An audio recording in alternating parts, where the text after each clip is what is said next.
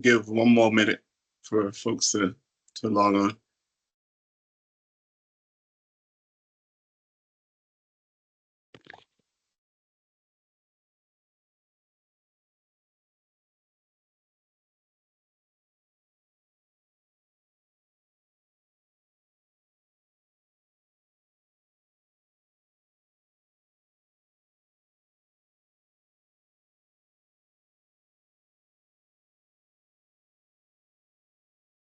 Well, good morning to those on the West Coast, and good afternoon to those of us who are on the East Coast or north of us, and good evening to those who are on our London campus.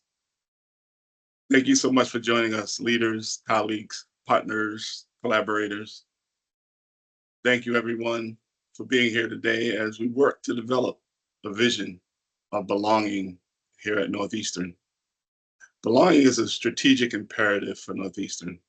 And today we take a giant step in helping our community define, realize, and operationalize belonging. To start us off, I'd like to welcome our Chancellor, Ken Henderson, to share with us his vision and encouragement for our work today. Chancellor? Thanks very much, Richard, and good morning, good afternoon, good evening to everyone on the call. It's so fun, isn't it? Every time you come into like one of these meetings, you go, "Oh, I've not seen Sagar for ages," or Jennifer, so it's fantastic. So good to meet up. So just a couple of words. So first of all, thank you so much for taking the time at a very, very busy time of year for us all, a happy time of year for us all. But during this very busy time to actually spend effort in this extremely important exercise for us.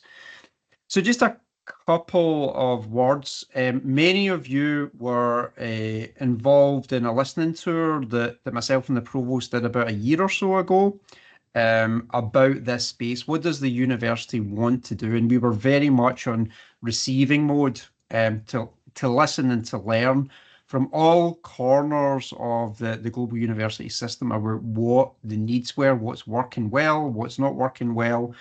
And we did that at the point when we were transitioning leadership. And following that feedback, which was absolutely critical, it helped us decide that Richard O'Brien was going to be the next leader for belonging in the institution. So we were extremely pleased and gratified that he took on what is a challenging role for the institution. A couple of other things that came out of that have really sort of shaped our direction, but very much with Richard's vision and input, is the desire to bring the entire university to the table when it comes to the work of, I'll put broadly, belonging. So this connectivity, the feeling of inclusion, ensuring that the entire university is as diverse as it possibly can be. The equity is something that we care about. So ensuring that we're as broad a based, having as broad a based strategy as possible to do that. And I think we learned quite a lot in this space over the last year or so about what works, or not even the last year or so, maybe more, 18 months, about what works, what doesn't work, and that the environment has changed really significantly. Certainly the political environment has changed. But we also have to be responsive to those reasons behind that. So why is that? Why are we getting pressure upon this work? And it's not to be defensive. So the work of today is to be expansive. It is what can we do as an organization, an institution that really brings all of the voices to the table, that makes everybody want to be part of Northeastern University, that sees them valued in the organization, and that we're able to demonstrate that back to them, that in fact they are indeed valued. So I think it's a much broader palette. I appreciate all of you and your individual creativity coming to the table to help us map this future, because it is not a playbook. We're not, unfortunately, going, okay, it's page 62 now, we've done all these things, let's move on to these strategies.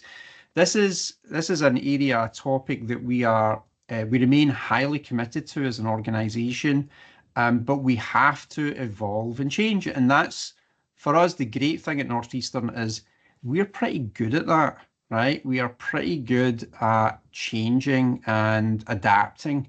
And I think that that's what we're really looking for from this group today, is to be as open-minded as possible, is to be as creative as possible, to be expansive as possible, in order that you help write the future for the organization. We're navigating a lot of uncertainty and a lot of unknown, and therefore really appreciate that we've got so many, great minds coming together to help us think about this space. I'll just finish by thanking Richard and the team for the organisation of this. We've been chatting about the right format and how to do this for some time. So I hope this will be a really productive, hopefully engaging, but certainly useful exercise for us all. So my thanks to everyone again for participation. I'll pass back to Richard. Thank you so much, Chancellor Henderson, and I look forward to sharing the outcome of today's earnest effort from everyone involved today. So thank you so much. Thank you again, everyone, for joining us. I must say it's an honor to be here with so many committed change makers. People who understand that belonging is not a soft ideal, but a cornerstone of institutional integrity, resilience, and progress. In the spirit of Dr. Martin Luther King and his beloved community, we approach this effort as an expansion, as the Chancellor said, not a retraction, with a global vision of an all-inclusive community and society. It's not often you get an opportunity to define a focus and direction of our institution, belonging at Northeastern. In the words of John Powell, director of the Othering and Belonging Institute at the University of California, Berkeley, belonging is both a feeling and a practice, something we experience personally and something we create collectively. In the words of Jeffrey Cohen, professor of psychology at Stanford University, it is your sense that you belong, that you feel at home.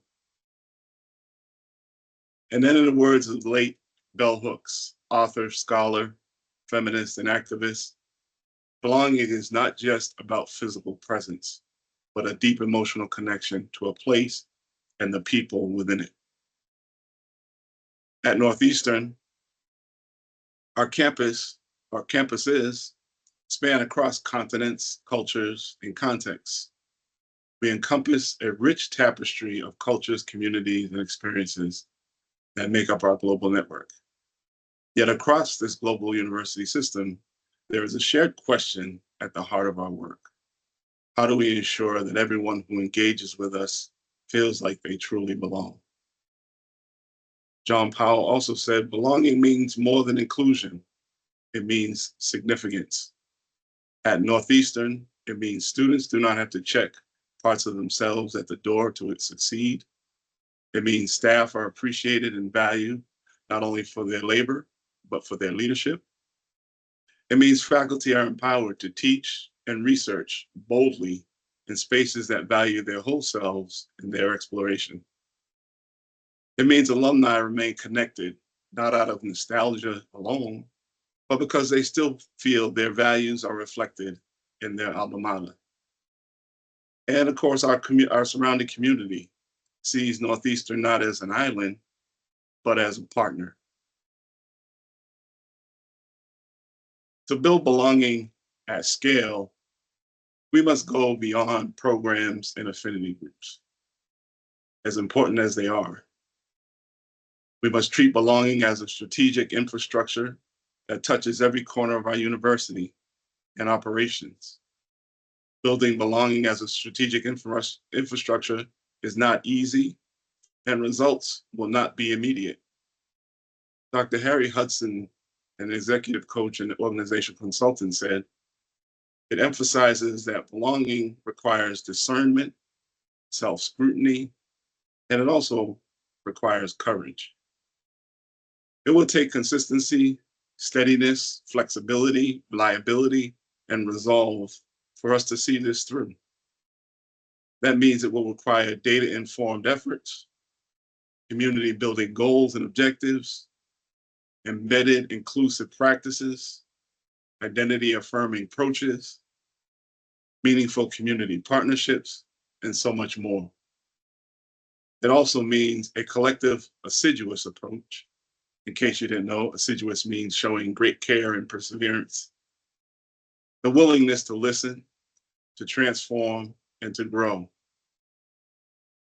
We can do this. As we engage today, I would like us all to ask ourselves the question, what makes me feel like I belong?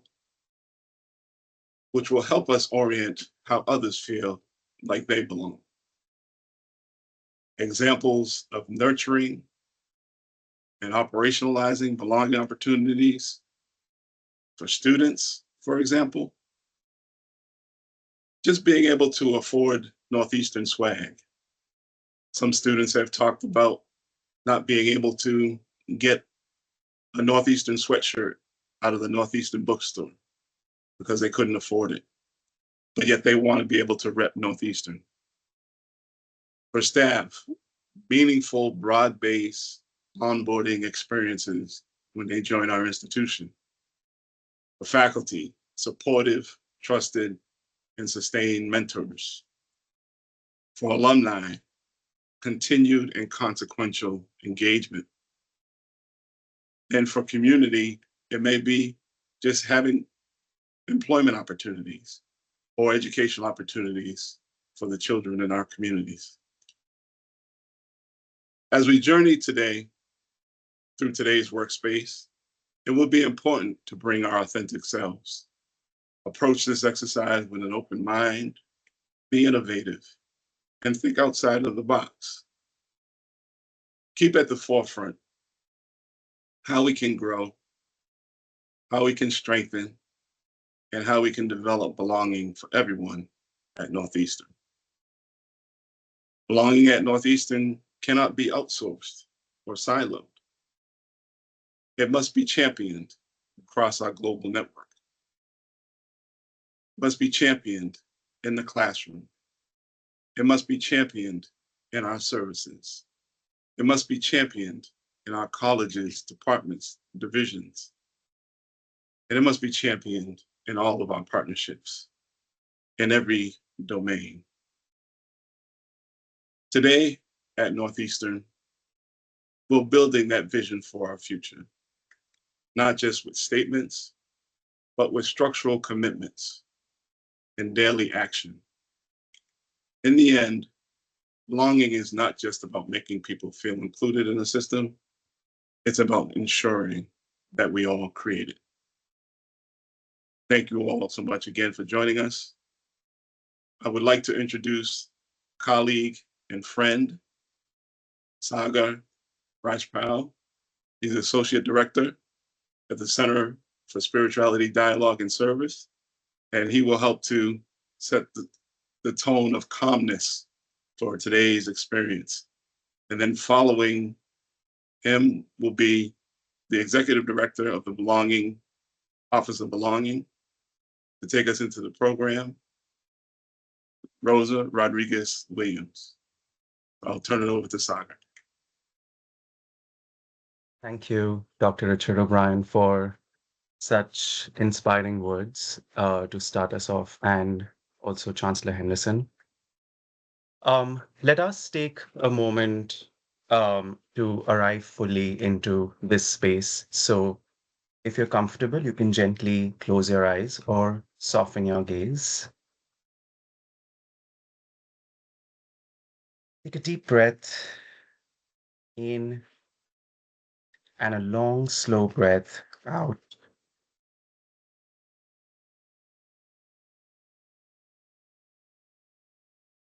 Feel the chair supporting you, the ground beneath you, the breath that's within you. As we settle, allow yourself to gently let go of whatever came before this moment. Emails, errands, expectations. and just arrive as you are.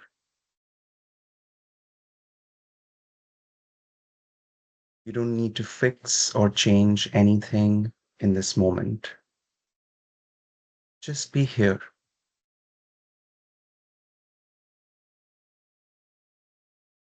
Feel the steadiness of the ground beneath you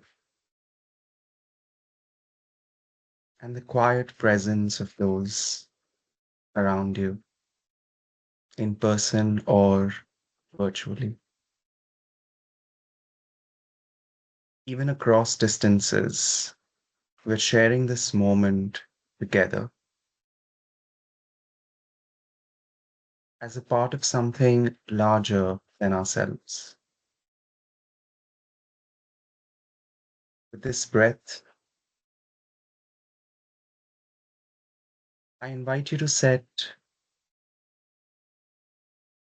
a quiet intention for our time together.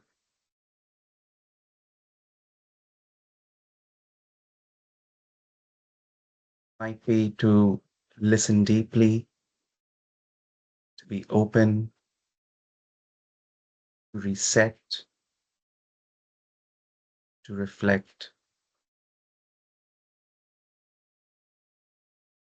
or simply to be present.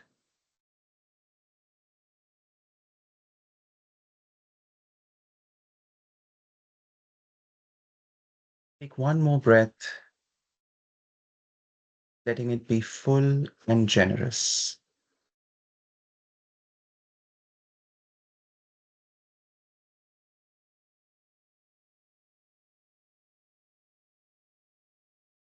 As you exhale, soften just a little more your shoulders, your neck, your back.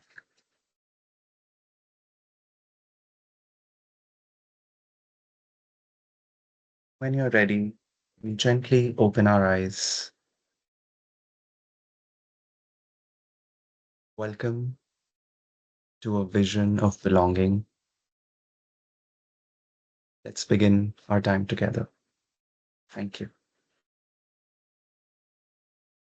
Thank you, Sagar. Um, Welcome, everyone. I'm very excited that we're going to have this time together to begin our work. So thank you for joining us and welcome. I would like to give you my sentiments of welcome as well. And welcome to today's conversation on belonging across Northeastern. As we all know, we are in a season when discussions and narratives around diversity, equity, and inclusion are often reduced to battles over language and negative assumptions about our work, what it is, and who it benefits and includes. In our current political climate, DEI work has become mischaracterized, misunderstood, and weaponized. But as an institution who remains committed to our institutional values, we are here today to move beyond the noise and create together our vision of belonging at Northeastern. For those of us who have been doing this work for a long time, belonging is not a new idea. It is not a departure from DEI. It's a natural facet of it. It is the outcome we strive for when we design policies, create environments, and think about our culture where people feel safe, supported, connected, and valued. To truly attain belonging, we must be and remain a diverse, equitable, accessible, and inclusive institution. Changing the narrative to be more intentionally universal isn't about diluting the work, but reclaiming it. The work doesn't change just because we call it something different. What changes is how we tell the story. We anchor ourselves in what we all value: safety, fairness, respect, connection, contribution, a better future, a better Northeastern. We see this work is not for some of us, but for all of us. No matter the work we use, the words we use, the mission remains the same: to create a more people-centered culture where every individual can make meaningful contributions, feel valued, and belong. So today, we'll explore belonging across our institution with our amazing colleagues and panelists, and how our work will continue to help us to build a stronger and more people-centered workplace, campuses, and community. because today our work is more important than ever. I think we would all agree on that. So let's dive in and let's welcome our panelists, Ife Tayo Walker, Associate Director of Belonging at Mills College, Jada Jackson, Community Engagement Manager at the Charlotte campus, Dennis Toker, Associate Director of Community Academic Partnership at the Toronto campus, Gary Cantrell, Associate Teaching Professor, Curry College. Thank you for joining us today, my dear colleagues, to share your insights and work. This panel will discuss belonging across Northeastern. We will begin with questions for our panelists and provide times towards the end for you, our lovely colleagues across our global university system, for questions and comments. Please use our chat or the raise your hand function to participate. But first, let's begin with panelist introduction. Ife, let's begin with you.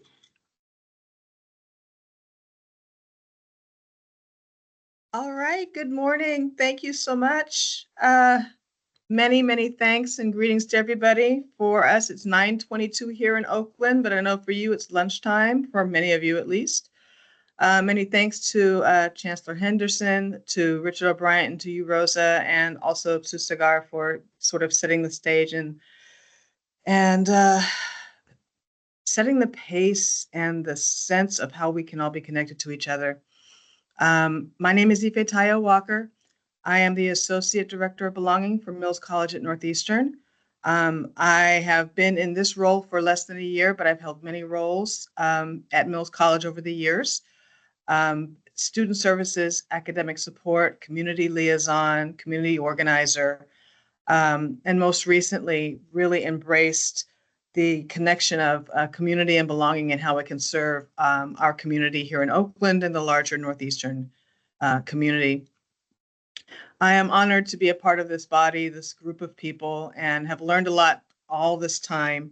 And I'm looking forward to continuing to contribute to this conversation and to building a stronger sense of community across the network, because it is a struggle for those of us that are not. Well, it's a struggle because this is a global network that we're all over. And it's helpful to me to feel connected to other folks that are doing the same work. It is affirming, it is healing, it is what will replenish a commitment and effort that I think can be otherwise draining or just difficult to manage at times, because we hold a lot in this work. And so I'm thankful for this community. I'm thankful for this opportunity, and I look forward to engaging with you. Thank you. Jada, we'll continue with you. Hello, everyone. Good morning, afternoon, and evening to those. My name is Jada Jackson. I'm the Community Engagement Manager for the Charlotte campus, where we are the Center of Health Sciences. I want to give a special thank you to senior leadership, Dr. Richard O'Brien, and as well as Rosa Rodriguez-Williams for creating this opportunity for us to be able to engage in having this ongoing conversation. I would love to echo that this is a trying time, but also an opportunity to open up new relationships and new senses of how we define belonging. So I'm looking forward to the conversation, and thank you so much for being able to join you all. Dennis, we'll continue with you. Sure. Thank you, Rosa, and thank you all for organizing this, I think, timely session. And I really appreciate the opportunity to be here and represent Canada, like the Toronto campus. I'm Dennis. I use he, him pronouns, and I work as the Associate Director of Community and Academic Partnerships. As an immigrant settler here in Canada, I would like to also acknowledge the lens on which our campus operates, because this is the ancestral and traditional territory of many peoples, including the Wendat, the Anishinaabe, the Chippewa, the Seneca, and others whose names and narratives have been erased by time and colonization. I work closely with staff, students, community organizations, academic partners to build meaningful programs and engagement opportunities. Shortly, I'm a community builder here, and much of my role focuses on creating experiential learning opportunities for our students, as well as fostering spaces where diverse voices are heard, valued, and connected, both on and off campus. I joined Northeastern for almost 4 years ago now, and I transitioned into the partnership space 2 years ago. And one of the highlights of being part of Northeastern's global campus network has always been the opportunity to collaborate like this across campuses and bringing together diverse perspectives and creating broader and more connected learning communities, not only for our students, also for staff like us. So I'm honored to be here and can't wait to contribute to the conversation as much as I can. So thank you all again. You, Gary, certainly last but not least at all. Hello, I am Dr. Gary Cantrell. I use he, him pronouns. I'm an associate teaching professor at the RU up in Portland, Maine. My husband and I moved here about 4 years ago, and I teach in the area of computer science, where we're always interested in CS for all and growing all the minorities in STEM. My specialty is digital forensics. I'm more of a generalist.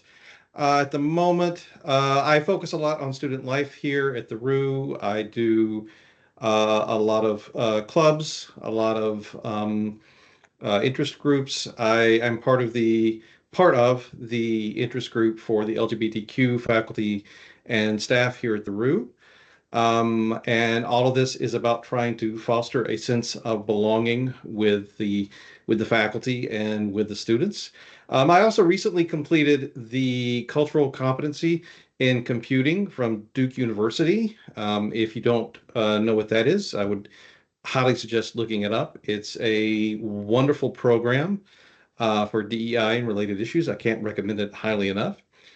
I'm here to represent the faculty and the students as much as I can, and thank you very much for the honor and privilege of being here. Well, thank you for saying yes. Thank all of you for saying yes. Such a collaboration across campuses is a great place to start.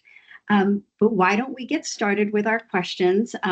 We've heard remarks from Ken, Chancellor Henderson, and for Dr. O'Brien. We've touched on, in just that short amount of time, not only some of the difficulties of doing this work in the climate that we're currently in, but most importantly, the commitment the university has made to continue this work, to bringing us together. And we all impact in big and small and big ways through our work, as we've seen sort of the diversity of the things that and the panelists that we have here. So based on your roles and the populations you work closely with at Northeastern, what do you think success in fostering belonging at Northeastern could look like? And anyone can jump in.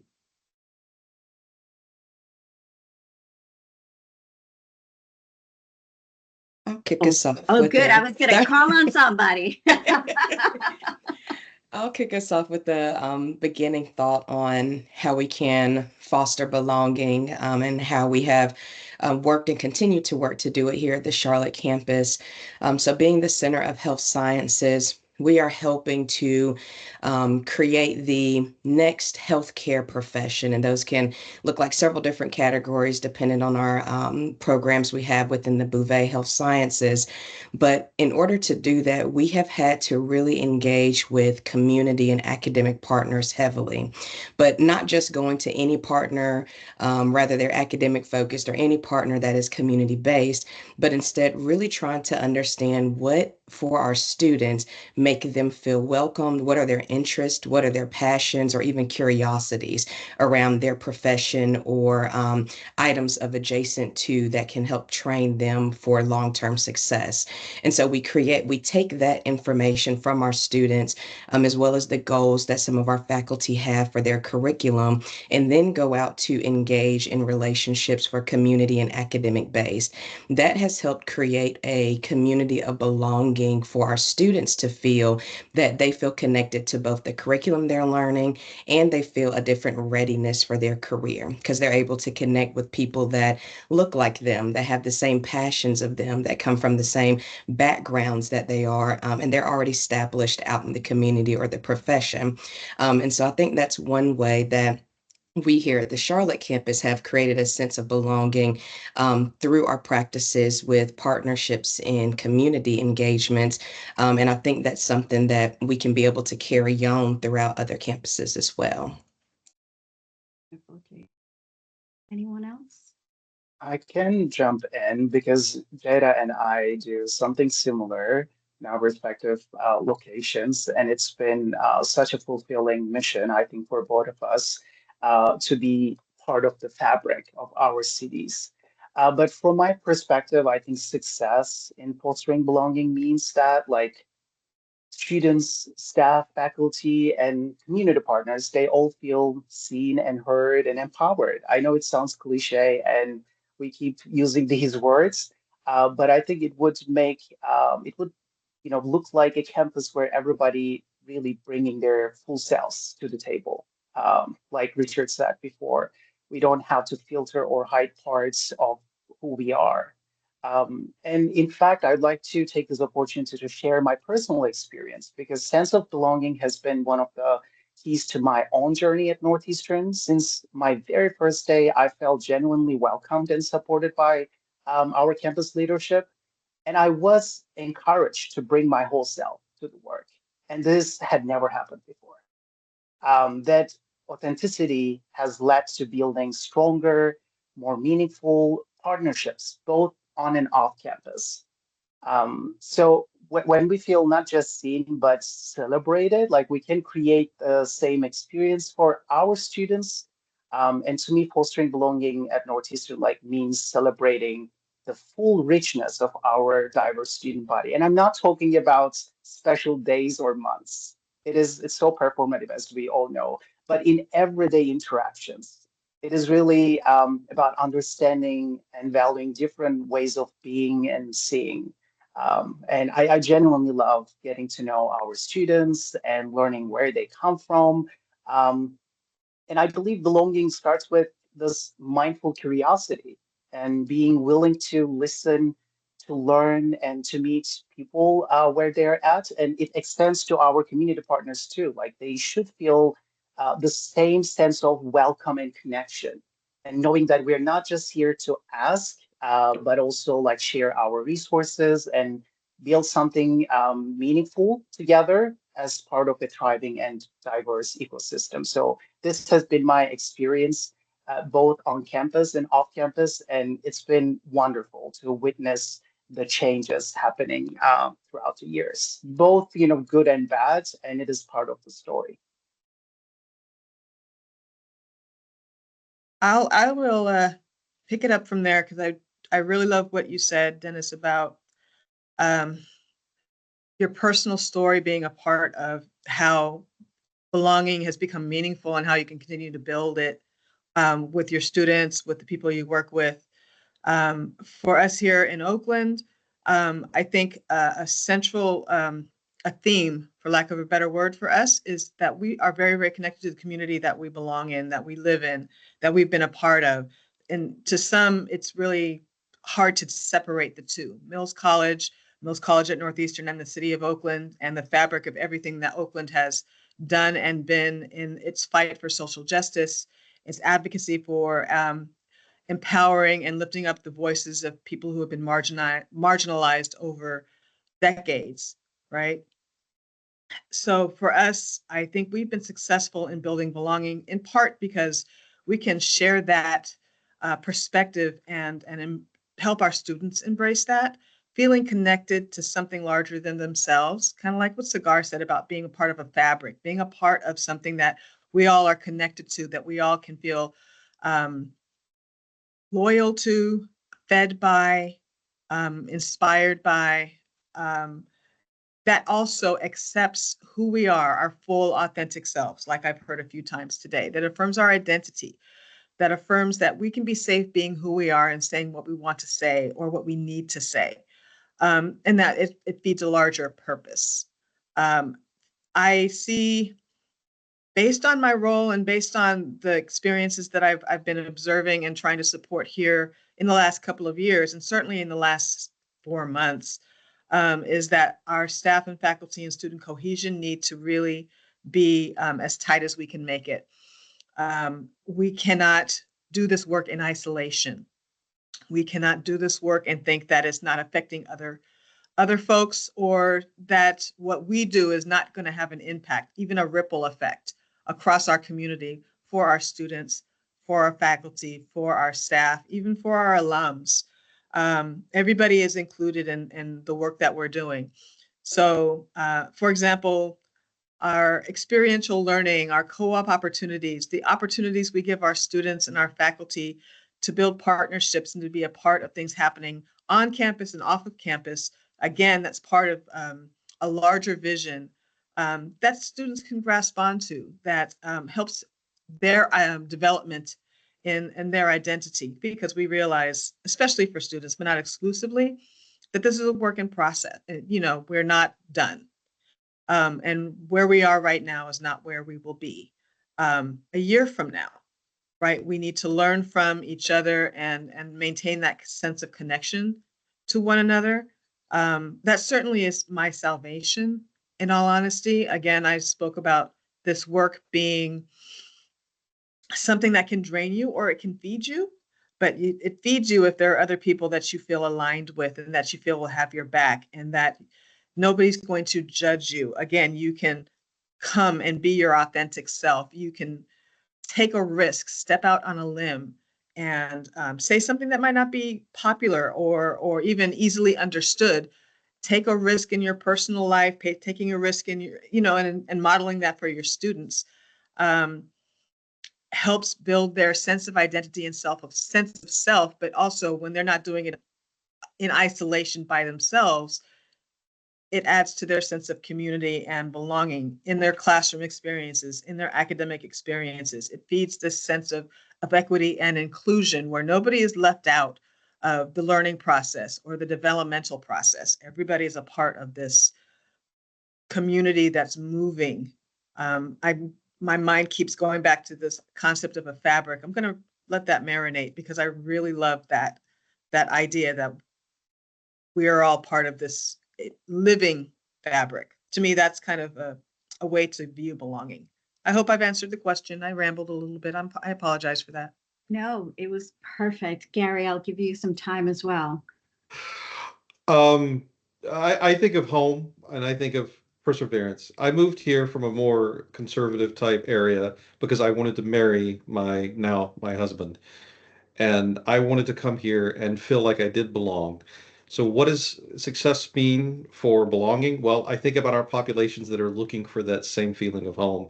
We have a large international population. We have LGBTQ population. We have people that need to know that we're not bowing to a popular or a societal opinion right here. And despite what's in the news, we are still welcoming. So what does success look like? Success looks like perseverance through this time and maintaining with our faculty and our students, any of those populations that may not feel welcome or may not feel that this is home, that it is, and it's okay. Thank you, Gary. There's so much that was just said that's just amazing and really great. Mindful curiosity, a living fabric, cohesion, connection, partners, community. And that's what we strive for. I think you all have touched on that. It's sort of this aspirational, place that you want to arrive at, but it's sort of moving all of the time. And so I think that's why I really like the mindful curiosity piece, because it puts the onus on us as members of this community who are connecting to students, to each other, to faculty, to have that curiosity and to know that we are part of that living fabric that creates that sort of larger belonging and feelings of belonging for every interaction that we have. So yes, there are policies and there are all of these great programs that we run. However, it's sort of those individual interactions, those frontline moments that you have with students, those triage moments, those conversations with colleagues that really sort of creates that sense for all of us as humans, right? Ife, you said something about, and of course, I loved it, but now I can't remember quite how you said it. You said, this work fills us or empties us or something like that. And so, which is a great segue to our next question about how do you think, or have you seen Northeastern colleagues in sort of this work, or even outside of this work, exercise resilience in belonging during these times? So, okay. I believe I said that this work can fill you or it can kind of deplete you because you're constantly giving, you're constantly putting yourself out there and making yourself vulnerable. And but it's an exchange, right? It's a relationship that you're building, whether it's with your community, your colleagues, your alums, your family, and what have you. So some of the ways that we can exercise resilience is to continue to show up, just whether it's coming to a meeting or participating in a chat conversation in a Teams meeting, or supporting and promoting an event or an opportunity, or opening your office or your personal space in some way that allows that exchange to happen and to show up. And again, to be your authentic self, which then gives permission and safety for others to be their authentic selves.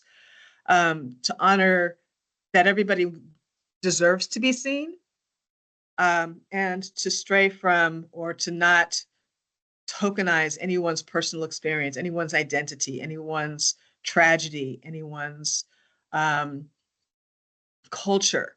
But that validity is something that evolves and is very real. And I think in academia, and especially in the classroom, it's a pitfall for us to fall into. We'll celebrate, Latinx Heritage Month, and we'll do this wonderful thing, and then we'll put it aside, and we've done that, and we've checked that box, right? To me, that's the opposite of belonging, to be honest. It's well-intentioned, but it does not really honor the ongoing, living, existing relationship that we're trying to build. We don't want anyone to come and only feel like they're a part of their community, or that their community is visible, in October or on a holiday or during a particular kind of event. But this is something that deserves constant attention, which is where resilience, I think, comes in, right? Because again, you get depleted, and so you need to be able to be refilled, and that you can't wait until your affinity month to experience that. We all want to show up and know that if we show up, we're being honored each time, that we're not being othered for whatever reason in favor of another group that's being lifted up, right? Which I think is part of the problem that we're experiencing globally, really, right now, is that the safety and belonging of one group happens at the expense of the safety and belonging of another. And that's, I think, a pitfall that we have to avoid. And resilience is our coming together and being constantly mindful of that dynamic and being there for each other, so that even if we find ourselves wallowing in that or caught up, that we can be reminded by our relationships with each other that this is, again, we're part of something greater, and that we are valid and beautiful 365 days a year. Mm-hmm. Indeed. Anyone else want to give their thoughts? And as part of that, as part of supporting your colleagues, as part of even though it's draining, take the time to get to know new colleagues. Take the time to reach out to your international population, or to your LGBTQ people, to anybody, to anybody and everybody, and just say, hey, how are you? And what is your name? And how do I pronounce your name? What are your pronouns? This is a good time to make that extra effort to make people feel at home. Even though it's draining to do this, it's draining to meet new people. It's draining to always have that empathy.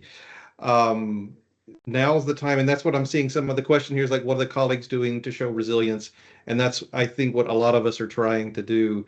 And I would encourage you, if you're not, to do the same thing. You know, next time at your office, talk to somebody that you haven't talked to before. Just walk up and say, "Hey, how are you? What's your name? How are you doing?" Absolutely. I would love to add on to both of those that I've seen a lot working at the Charlotte campus from our faculty and staff, the eagerness to continue to come together. That it's always been a notion to have your different resource groups or your time of celebrations throughout the year. But it has really been a big push from our faculty and staff recently to how can we just create an ongoing community of belonging through different opportunities throughout the year, so that we can have spaces for staff to come and gather just because, and our faculty too.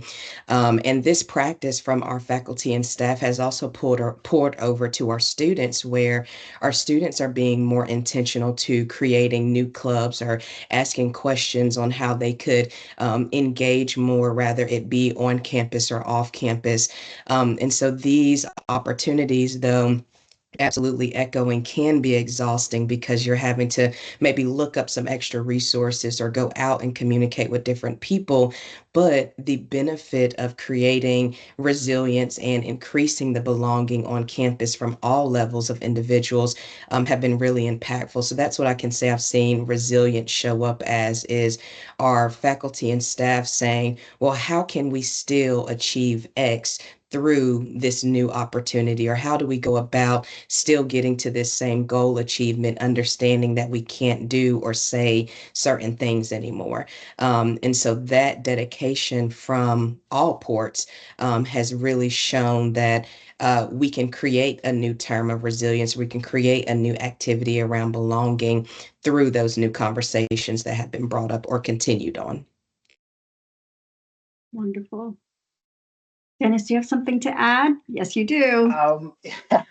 My colleagues, they've covered all the, yes, great resilience examples, but I can just add that I was reflecting on this question up to now, and then I think it's also about being vulnerable. I think this term has come up a couple of times in our conversation because, in my experience, my resilience, has been built through moments of vulnerability, and just seeing that shared humanity.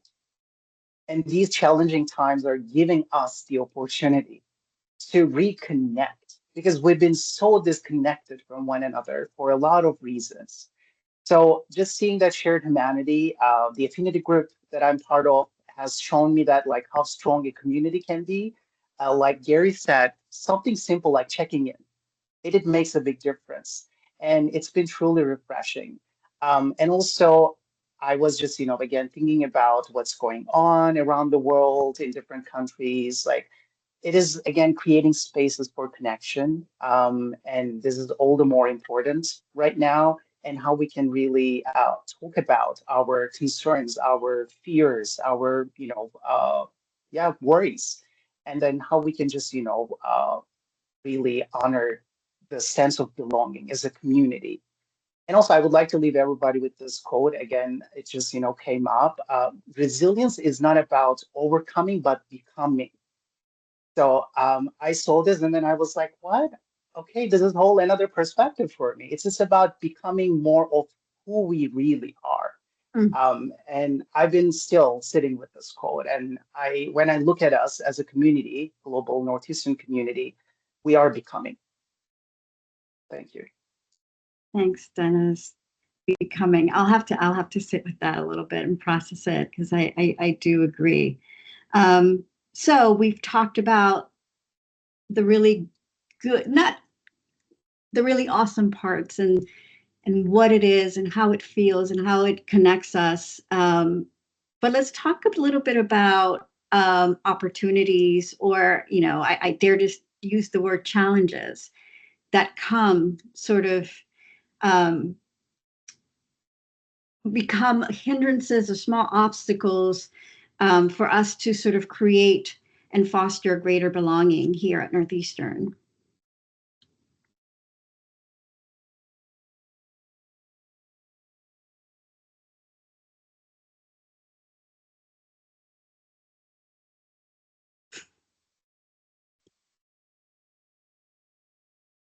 It's hard to use the word opportunity right now. I think it's it feels more like we're in a battle. We're in an argument. We're trying to maintain. But if you were to try to point out an opportunity, if you were to try to point out a silver lining here, it's that through adversity, we have the chance to reflect on our own being and change, and grow, and hopefully we come out of the current environment with a more of a sense, of what should we be doing to encourage belonging. Um, that's all I would have to say on that. It's like I said, it's hard to take opportunity. It's hard to think about that right now, I think. I would love to add off of Gary as well, because I think sometimes I find myself just responding and trying to ensure that we do not lose certain areas of focus. And I think that when we think about trying to find the silver lining of the opportunity, I go back to it always starts with the home base, being able to ensure that we strengthen the belonging that we have here within a global campus network. I think we have such an awesome opportunity with Northeastern in being in a global campus network, but ensuring that that baseline is strong so that our global campuses and students and faculty and staff feel like they belong first here, so that that belonging can pour over to that vulnerability that I feel like I connect back to with Dennis, so that you can reach out and say what else you might need or what else could benefit your experience while you are here.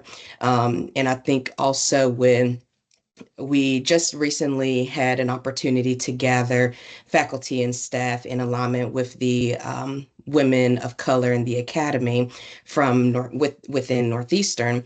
And a portion of that meeting that we were able to see many of our faculty and staff being vulnerable and just talking about what they need in order to be able to keep going with their students, to sustain particular curriculum goals, to be able to ensure that their students are getting the experiential learning that they desire. That vulnerability helped open up opportunities so that we could come together in that group and say, oh, well, I can help you with here. Or, oh, I know this other individual across the network or on the campus that can also be a supportive partner for you. But in order to have created that space of vulnerability, we also had to create the reassurance within that group that it was a safe space, and that this is a supportive network community.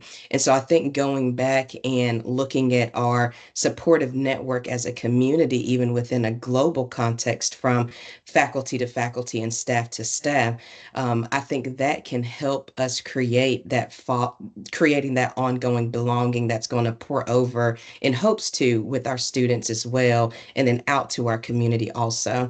So I agree. I don't know if it's the right thing or if it's the next thing to do, but I wonder if it could open up just ongoing opportunities to foster greater communities.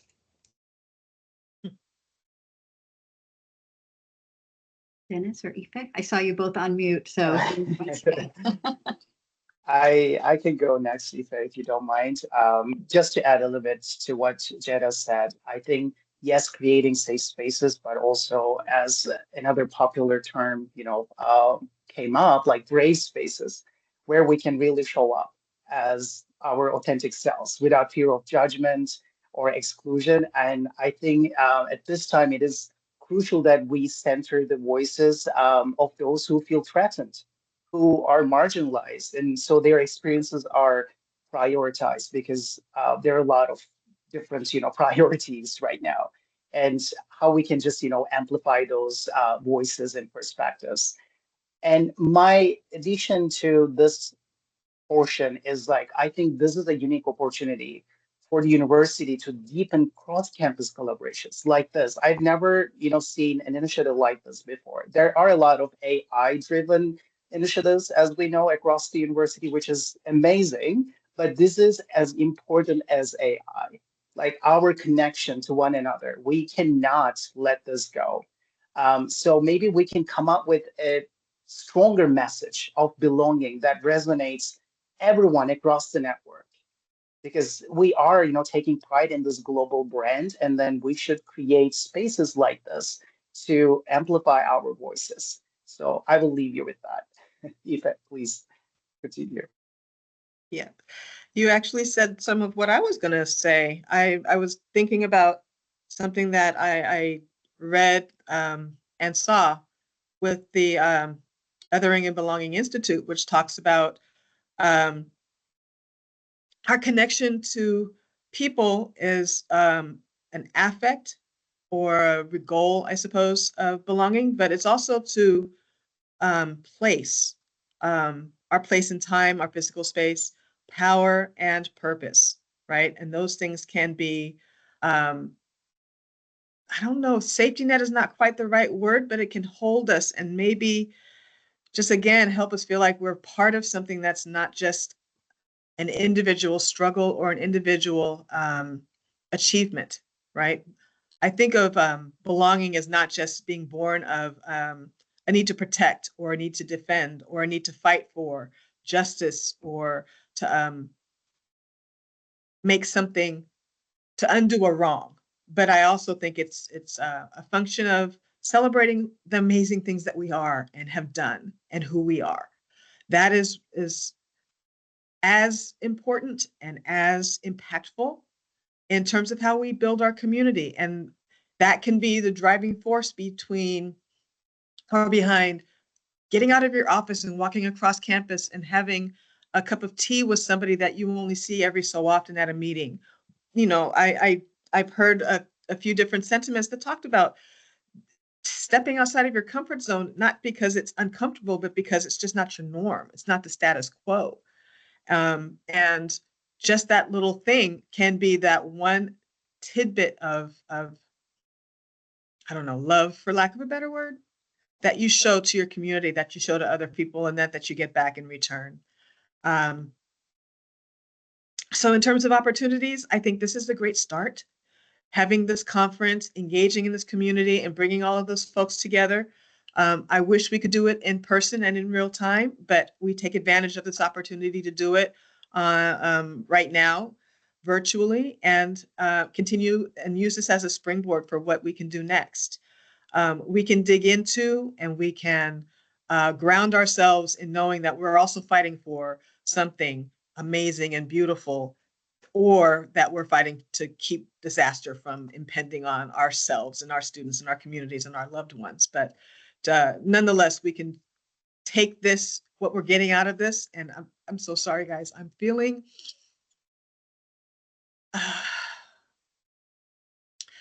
I'm feeling like this is an important sentiment for me to hear myself say. It's coming out of me. And I think it's important that this is who we are and this is what we can be for each other. I think I've just derailed my point, but I had to say it. I'm sorry. No, don't apologize. It's that human to human connection. It's that finding time and place to step up for someone else, to continue to show up, to sort of all of these things coming together. So I appreciate, we just talked about vulnerability, and Ife, you have been so vulnerable in how you've expressed yourself. You all have. And I think it goes back to why we're all here. There are about 80 people on this call, which is extremely encouraging. That, and going back to what you just said, it's a need that we have as a community to come together to share the things that are important to us, and this is important to us, and it's important to us individually as human beings, but to our work. We know that our place in this institution is connected to other people. So I always say that, whatever strategy, whatever thinking I have about what would be the next thing has people attached to them. And that's always sort of my sentiment when I am undertaking this work. So I appreciate your vulnerability, all of you, and your answers. because we're getting to the heart of the matter, if you will. I want to encourage folks to drop in their questions or comments as they already have. Submit them. This would be a great time to start that. We do have a question from Jennifer. First of all, she says, great panel. But Jennifer, do you want to unmute and ask your question?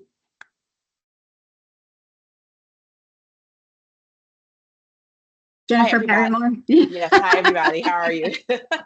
So, I guess one of my questions was, I think it was Jada that talked about taking care of home first. And as I'm thinking about moving forward, as most of my work is working with alumni, and connecting alumni with students, similar to what Ife does out there, great work she does out there in Oakland.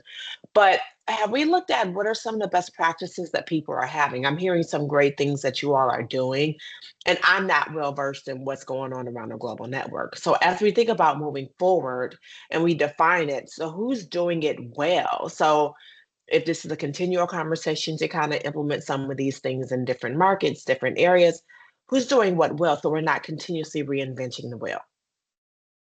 Love that question. Anybody want to jump in?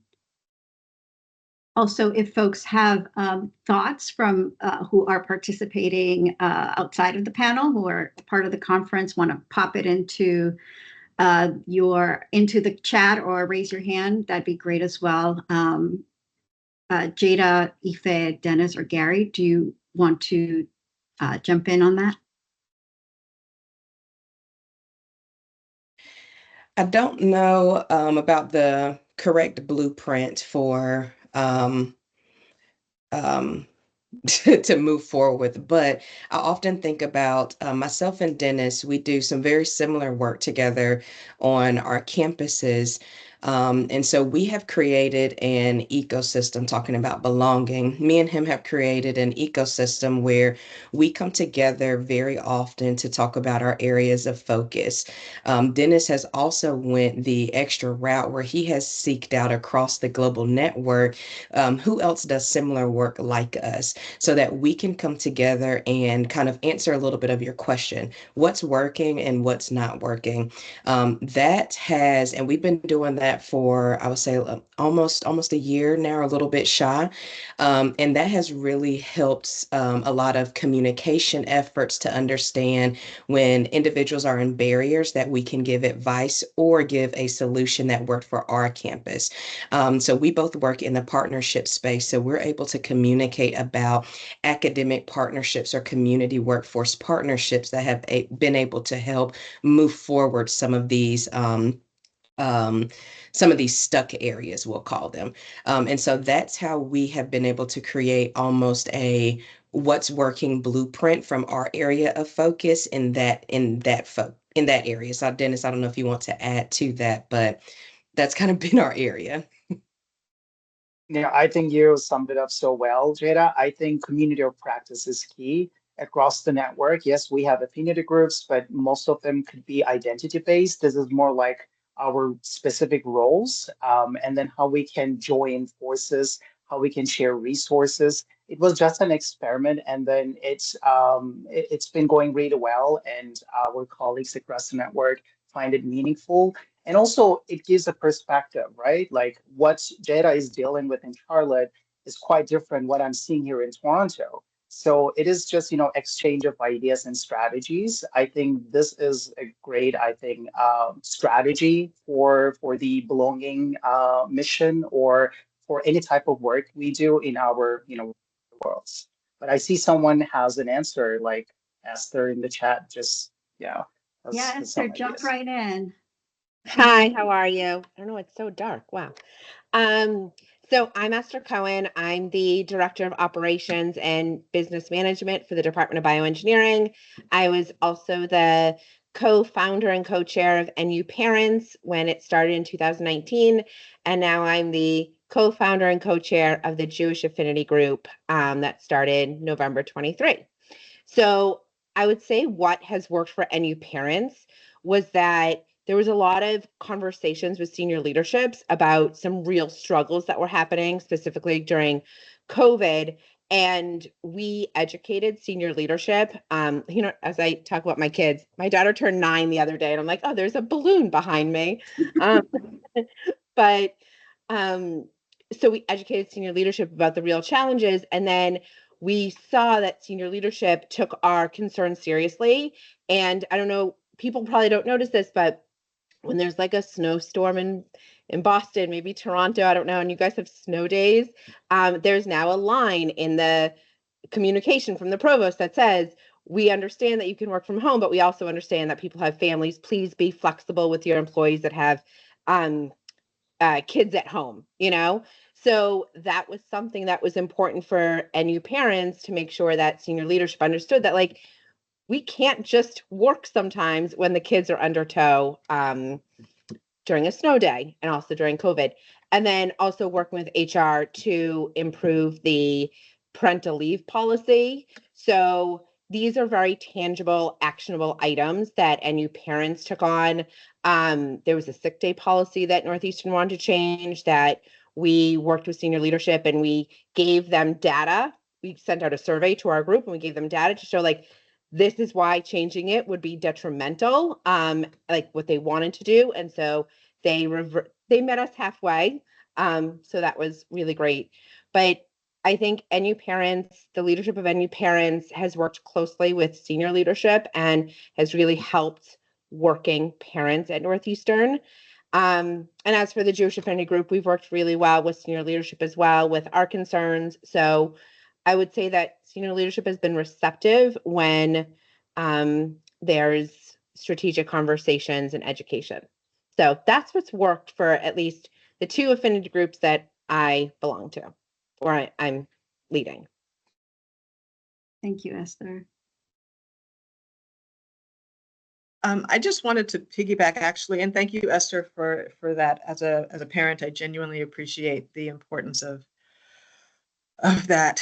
That I heard you talk about communities of practice, and I know that we have our communities of practice across the NU network, and we've actually began to build a DEI-focused community of practice on the Mills campus here in Oakland that centers staff and is driven by the priorities and values that they've identified that will help them not only feel like they are part of the community and that their voice is heard and make them a little bit more visible, but also help us be more effective in the work that we do and support the overall mission of Mills College and of Northeastern across the network. It's something that we just initiated. I've gotten a great response, and I'm really looking forward to building on what we started. Because I think it really does center the intersection of community and belonging, right? Where everybody comes together with priorities and ideas that are centered on what their understanding and their experience is, not on what other people have said that they should be working on. Not specific. If they're an accountant, if they are in financial, services or administrative support, that's their job, but they can also build and be a part of creating something that is meaningful for their colleagues and for their students and for themselves. And so I love that idea. I had an opportunity to work with a colleague at Stanford who established their own community of practice that's been amazing. And so the model is based on what they're doing at Stanford. Because Mills College is still relatively small compared to Stanford.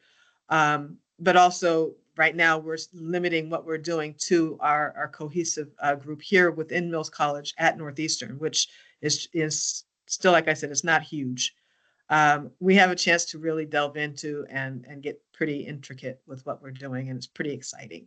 A year from now, I would love to say it is a best practice. It'll take some time to build and develop, but I think this is the beginnings of something that could become a best practice for us. But it works for us, and what works for us may not work for another campus or another college because of their place and because of what they're experiencing and the nature of the work they do and the nature of the students and so on. So Wonderful idea.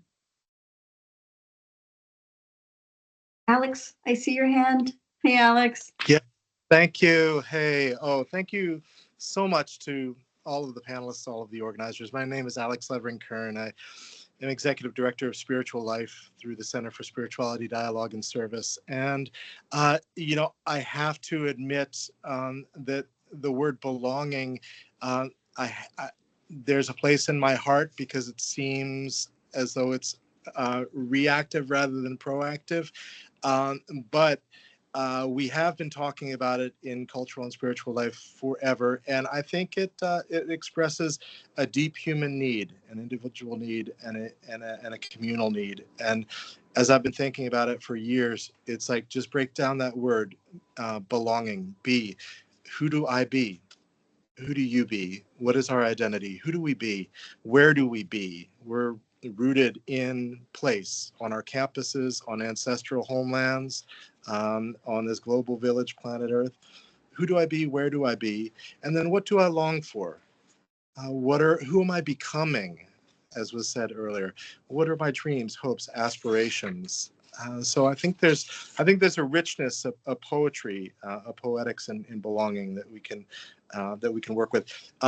Just really quickly, I wanted to offer some resources that we've developed over 13 years in spirituality, dialogue, and service that we're happy to share. We're creating some manuals this summer, bi-weekly dinner dialogues, with a very clear facilitated structure that can be used with faculty, staff, students, led by students or co-facilitated student staff, bi-weekly dinner dialogues, a circle of life practice, a weekly small group that uses restorative justice talking piece, and again, facilitated and story-based. Retreats, opportunities to bring ourselves and our students away to places. We have Global Citizenship and Spirituality retreat and a wellness retreat, which have been very rewarding. Experiential learning trips, viewing the cities that we inhabit, not simply as well, viewing the cities that we inhabit as places of learning and partnership. So exploring the social justice histories, the new immigrant histories, the ancestral indigenous histories of the cities in which we find our campuses. Spirituality and the arts, or art and soul, finding play spaces, maker spaces for ourselves and our students, whether it be creative free writing and journaling, or making mindfulness jars, or collage, what have you. Really extraordinarily successful. And finally, what you experienced earlier from Sagar, who's done wonderful work pioneering mindfulness, wellness, self-care, other care, contemplative practices. So a range of, we all have human struggles. We all have diverse identities.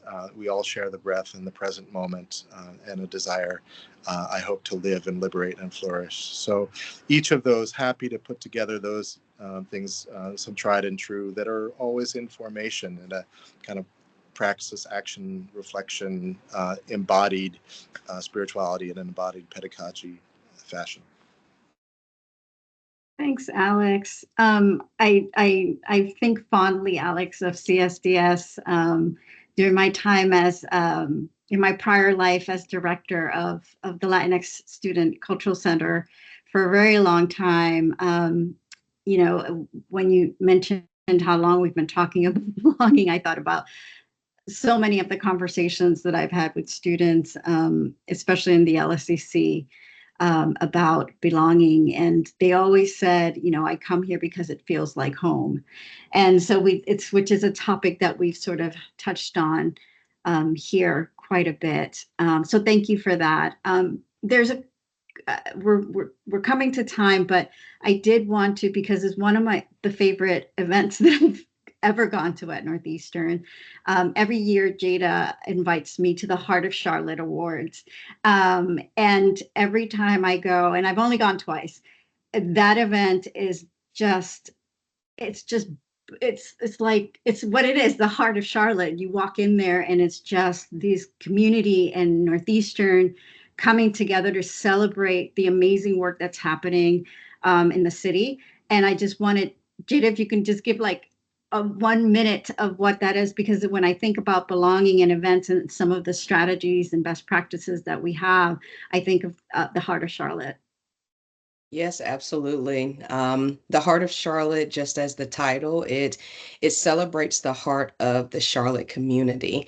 It is taking the opportunities that Northeastern has been able to engage with or see the value in of being a part of Charlotte, and understanding that we need to just thank our community partners. We need to take time to acknowledge the work that they do, not because it benefits us or does anything for our students, but simply because of the work that they are doing that's impacting the greater community, that our students, that our faculty and staff are also a part of.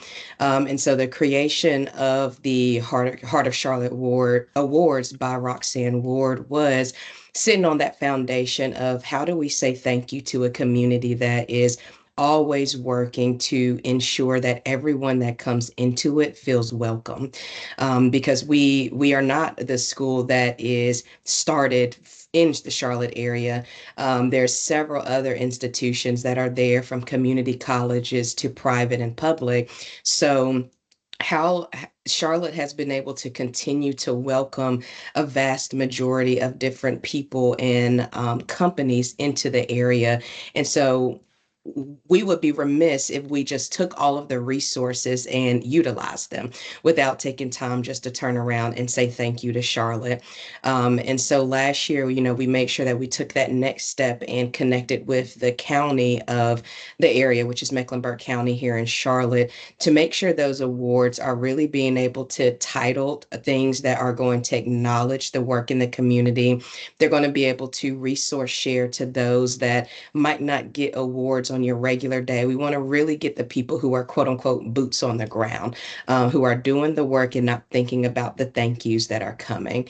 And so, if you are interested in creating a Heart of Charlotte or a Heart of Enter here title onto your campus, feel free to reach out to let me know, and we can be able to talk about how to create that space on your campus, because I do think it creates belonging. Our students are welcome to these events just along with our faculty and staff, and this provides them a chance to also connect to network, create job opportunities, create mentors, and have new friends that are out in the community. And so it's just a wonderful space, and we love being able to have individuals come down throughout the network. So I'll make sure to pass along to you all the dates in case anyone is near, close to, or can get to Charlotte during that time.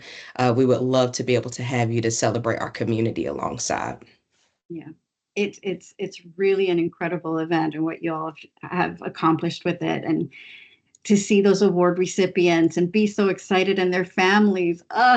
I just die. So thank you for the work that Charlotte is doing with the Heart of Charlotte. Other thoughts? I do want to ask one final question. And that is, what would you like folks to take away as we end this panel, as we sort of take in our notes and process? What is the one thing that you think folks should take away from, whether something that you've said or something new that you'd like to share? I think I'll go first, just adding off of the feeling of the Heart of Charlotte Awards is the importance of equitable resource sharing. Opportunities to come together to create belonging also create opportunities to share resource and help each other out. And so doing the items like Gary said, where you go and meet someone that you may have that you don't talk to on a normal basis, or trying to go out and see who you can meet out in the community, or connecting with the new student, it can help bridge gaps to things that you might not even know is needed in that moment or in that connection. So don't forget about the importance of equitable resource sharing and how it can benefit so many individuals and us, especially right here in a global network during this time. I'll jump onto that since it was very similar to what I was going to say. And that is, despite, and somebody asked a question in chat about how do you manage burnout, and despite the burnout, despite all the pressures that's on us right now, try your best to look around and identify the people that might not be feeling welcome at the moment. You're trans, you're LGBTQ, any minority that might feel like they're under attack. I would encourage you, reach out, speak to them, just say, how are you doing? Get to know them a little bit and make sure that they feel welcome, because a lot of the faculty, a lot of the staff are uncomfortable right now and they're in fear. And if I were to leave, like in any group, if I were to say a last word, it was a please, please, please take a minute, identify some people that might be feeling uncomfortable and reach out, simply saying hello.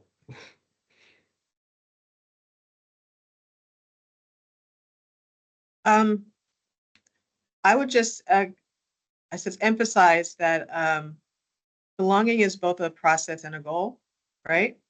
It takes action, it takes intention, and it takes a regular checking in with yourself and with others. It's the opposite of tokenizing or establishing a one-time experience, a one-time conference, a one-time panel, a one-time thing where you go and you get filled, you feel wonderful, and then you go back to what you've been doing all this time, right? And it may or may not actually affect change for you or for the people that you work with. But because we are all connected, because we're all part of this fabric or this ecosystem, I love both of those ideas and those concepts. Allow yourself to be a part of that process. Leaning into not the discomfort, but the learning or the process of learning about what's going on with the people around you, your staff, your colleagues, your community, your alums, and allowing yourself to be inspired. And then because you are free and safe to be your authentic self, have that, let that be what inspires you and grounds you. Think about the idea of Ubuntu, I am because we are, or Mitakuya Oyasin, all my relations, this idea that we are really all connected. And that requires action and intention. So that is, I guess, my challenge is to continue to do that on behalf of my community here, and to do a better, more effective, to take advantage of opportunities across the network, to do that as much as we can, to share information with each other, to hold each other up, lift each other up, celebrate each other whenever we can. Take the opportunity. If you feel like somebody needs a positive word, a pat on the back, a hug, a gift, whatever they might need, take advantage of it. Don't hold back on it, because that might literally be what somebody needs. It's a good challenge, Aoife. Wow, if like you've used all my keywords and I'm still digesting what we have discussed here today. My heart is full, first of all. Let me share this with you all. And I think the real takeaway here is we need moments of connection like this.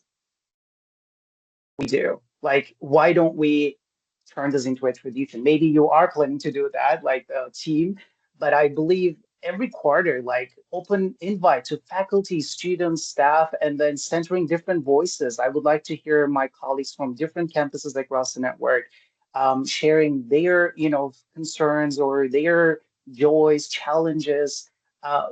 This will bridge the gap between the, breakneck speed technology and our humanity. Like, we have to think about that gap. And I think fostering belonging should be a collective practice. It shouldn't be just a job for one office at the university. It's our responsibility, if we want to feel belong, like how we can contribute to this conversation. And it requires intention, vulnerability, and willingness. Like, I have those, and that's why I'm here. And I see a lot of people sharing those, traits. So I really hope that we will continue this conversation. This is not going to be a one-off, gathering, and we will just support each other. Like Gary said, I think it is so important just to, ask how you are doing, really doing. So yeah, thank you again for organizing this event and having us. I will, leave with a lot of ideas, and I think I left you all with some, keywords and not. So let's see how this, journey goes. But it is a lifelong journey for sure. Thank you. Well, Jada, Gary, Ife, Dennis, I am so grateful for having this conversation with all of you. I thank you for your time. I thank you for your candid responses. I thank you for sharing your heart. I think above everything else, I heard your heart in all of this. And so belonging is a process and a goal. Check in with yourself and check in with others. And with that, I thank you all, and I